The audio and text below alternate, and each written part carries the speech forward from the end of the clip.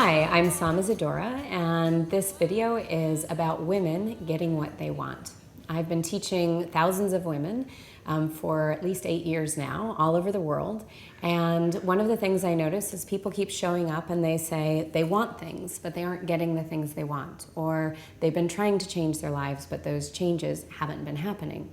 And the main reasons that I feel these women aren't getting the things that they say they want is they don't have the clarity. They don't know how to find their voice, both to tell themselves the truth about what they want or how to express that to other people and ask for what it is that they want in their intimate relationships, in their careers at work, or even in friendships, being able to draw healthy boundaries.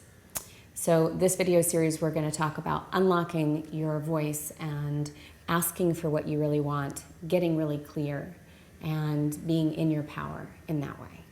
I wasn't always the empowered woman you see sitting in front of you right now. Before I found yoga, I was in a really dark place in my life. I was a single mom. I was 30 pounds overweight. I was taking medication for depression and anxiety. I didn't have the energy to get out of bed every day. And I ended up hitting a rock bottom in an emergency room. And when I was in that emergency room, I just had a moment that I knew that if I didn't change things, that I was going to end up dead. And as a mom, I knew that wasn't a choice either. I was going to have to find a way. I started to run over these stories in my head, that I didn't have anywhere to go and I didn't have anyone to help me. And, I couldn't even go to my family or to my parents. And as I was running those stories in my head, I realized that's why I kept ending up in situations like that. Because I kept waiting for somebody else to come and save me. And this other sort of, I'd say it's a deeper voice inside myself, said, Sam, go do yoga. and the really funny part is at that point, I think I'd only ever in my whole life done 3 yoga classes. I'd grown up on a Christian hippie commune, which had been against yoga. They said if you did yoga or if you did meditation, when you emptied your mind, then maybe evil spirits would come in. I went to yoga the next day and I was completely broke. I had $1, I think, to my name, and I couldn't even put gas in my car. And so I prayed. I prayed myself to that yoga class. And I remember saying, it was like, God, if I can get to this yoga class, I know it's going to heal me, and then I will help other people. I was on my mat, and the teacher was saying, inhale and bring your arms up above your head. And when you exhale, you bring your arms down. And he was teaching us how to do this special kind of breathing that you breathe really deep and make the sound of like waves in the ocean. And in the moment of doing that yoga, when I would inhale and bring this energy into my body through my breath, I felt like I was loved. I felt like everything was going to be okay. To me, there were these stark contrasts. When I was in that emergency room, I felt like nobody cared about me. Nobody was supporting me. There wasn't enough money, energy, anything for me to be able to live my life or take care of my son.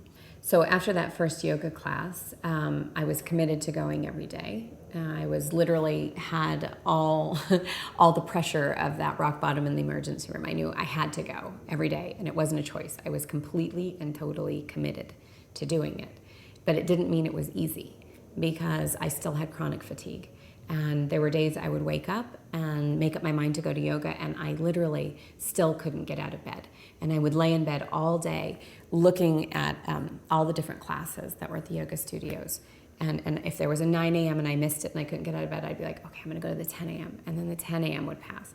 And then I would feel like a failure. And then I'd be like, okay, I'll go to the 1 p.m. class.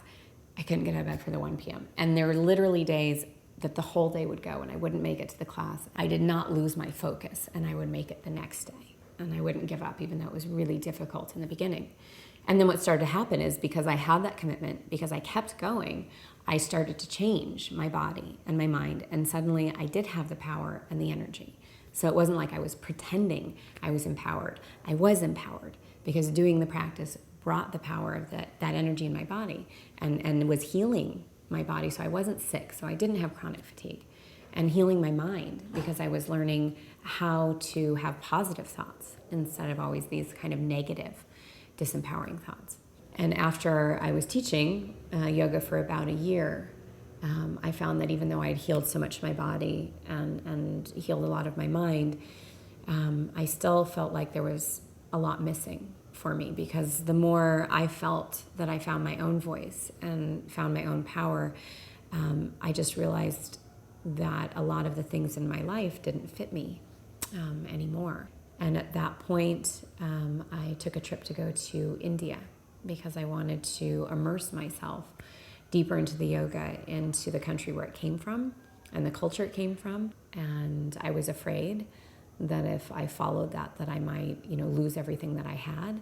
But I also knew that I had been living my life out of fear and making a lot of choices to try and be safe, but then being resentful of other people because I wasn't living my truth. I wasn't telling my truth.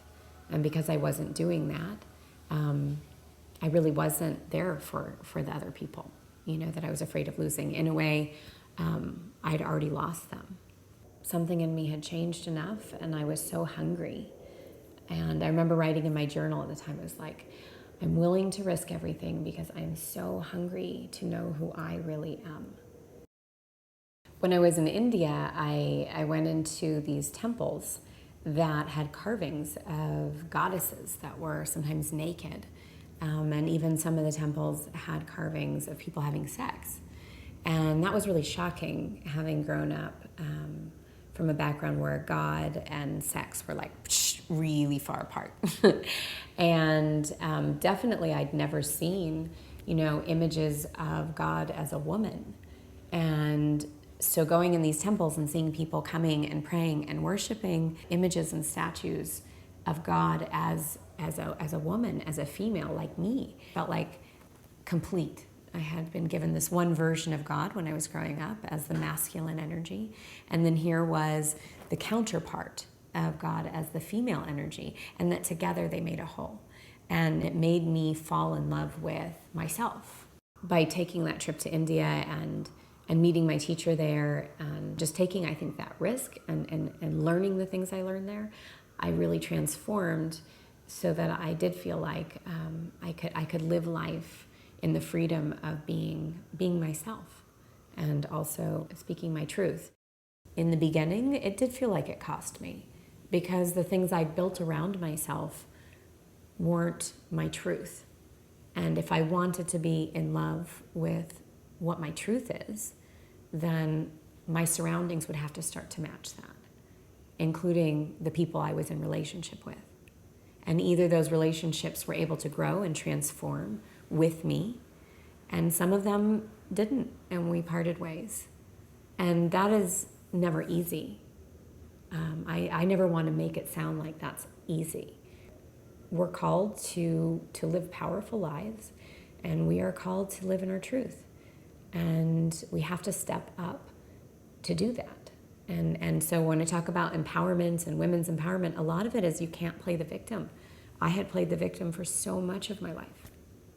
Everything was everyone else's fault, I had been abused. Okay, so then that was someone else's fault, and that put me behind everyone else. Or then I was in relationships and I was angry because I felt I was being held back from being in my power. But that was the agreement I made. I made the agreement that I could hide and be safe. But the other part of that agreement was I wouldn't grow up. What I had done, and I didn't even know that then, I look back now, and especially as a teacher, I see other people living through these transitions. But what I had done was make a commitment. And I made a commitment from my heart and my soul, not just what we call our mind. Because your mind has 80,000 thoughts in a day. And it's very difficult to focus that to one thing that you actually want. I had done that, because something in me had woken up and was not willing to just keep sitting down anymore, wasn't willing to be asleep anymore. And through that commitment, that's what made everything possible. And I didn't know how I was going to get there. I didn't even know exactly what it was, but I knew what I wanted to follow. It's like I could hear music, and I had to keep following that music because I'd fallen in love with the music and the way I felt when I was dancing to that music.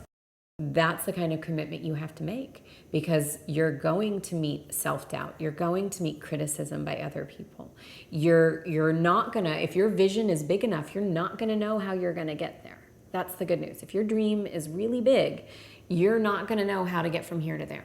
But you can find the things you can commit to doing every single day. And if you keep that commitment every single day to those things, you will make your way there one step at a time. I wanted to share with you a practice that everybody can do, and you can do it from home. You can do it no matter what shape you feel you're in, and you can immediately feel your energy change. And this practice is so powerful that I call it the happy pill. So I call it the happy pill because it actually creates more serotonin and dopamine in your system. And unlike other forms of medication that might do that, it's healthy for you. It's healthy for your body, your organs, and everything. And it's a detox. So this practice is about showing up every day and doing something really simple that begins to change you from the inside out. In the next video, I'm going to teach the actual practice that we'll be able to do together. And one of the things that is so great about having a video series like this is that we can all do this together and then support each other on the community boards and share our experiences and share your story and really begin to open your voice, unlock your voice. And our question today is, what place in your life right now do you feel like maybe you're settling for less because you're not asking for what you really want, or that you're hiding yourself because you're afraid of being vulnerable, and what it is that you're not saying. So if you can just use this as a space to open your voice and say those things, I think you'll find it a really empowering experience, especially here in a group of supportive people. And not only does it help you, you would be amazed that you opening up and opening your voice and sharing your story may be the thing that changes someone else's life.